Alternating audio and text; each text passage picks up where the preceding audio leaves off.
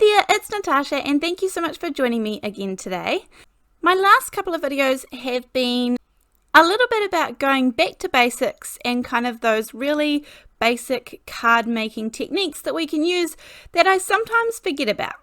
So today we are going to do one of those using some masking paper. This is the Masking Magic by Gina, and this is a really good masking paper because I can get it really soaking wet with ink and things, and I know it's not going to bleed through because that would ruin the project for sure. You can see I went through my stash and found a nice big heart that I've cut out of the center.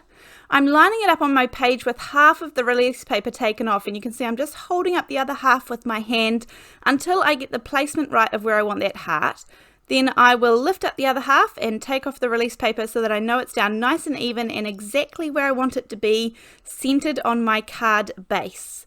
Now this is straight onto my card base, so it's very much a one layer card. I have chosen a stencil, kind of a nice busy stencil, works well for this, but any stencils that you have in your stash. I'm going to pop it over top of that heart, so you're almost double masking. You've kind of got a mask and a stencil working at the same time. And then I'm going to add a little bit of tape, and this just helps me really keep it in place. I'm going to be using the Remember Me, Clear Skies and Triple Berry from Simon Hurley Creates. These are a really great ink pad for blending. I have been enjoying these, and honestly I'm genuinely really surprised at how well they blend together. I definitely did not rate them before I tried them out myself. I didn't know very much about them at all, if I'm honest. But yeah, since trying them out and giving them a good go, I love these inks. They are a great ink for ink blending. They are water reactive and they stamp beautifully as well, which is also really important when choosing a dye ink. And there's lots of really cool techniques that they work well with. So this is definitely a dye ink that I would recommend. Now I did choose some blues and kind of that pinky color there so that they would blend together and create a purple color.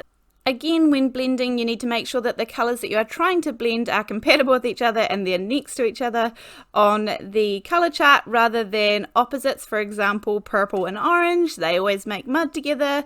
Orange and green, they're always going to make mud together too. I mean, don't get me wrong, you can definitely kind of lightly blend them together, but they don't blend in the true sense of the word. You would just kind of smooth them out next to each other if they needed to be beside each other. So anyway, I've added my ink and then I'm able to remove my little paper mask here. And as I said, remember that this is straight onto our card base, which is a 4 1/4 by 5.5 inch, 110 pound Nina Solar White card base. Just for the sentiment, this is so nice and easy. I love the Sentiment Strips 2 Altenew stamp set. I've been using it so much. I know you guys have seen it lots, but honestly, I really love a good sentiment stamp set that I can use over and over and over. So this is what I've been loving about this one. So I stamped it out a couple of times. I am going to white heat emboss it on black. I could have gone ahead and just stamped black onto a little white piece as well. However, because the background is completely white of the card and there is white showing through from in between the stencil where I had it masked, then there is a whole lot of white. So I do want the sentiment to stand up off the page. I want you to be able to see what the words are saying. So that's kind of usually when I choose to have black, if there's white already in the background. So I've put a little tiny bit of foam tape, so it's not now a true one layer card, but not too far from it.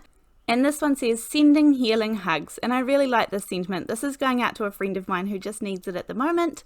Then I'm going to add on a couple of little sequins. I place them out using a wax pencil. That's what I have found the easiest. These are unbelievably cheap.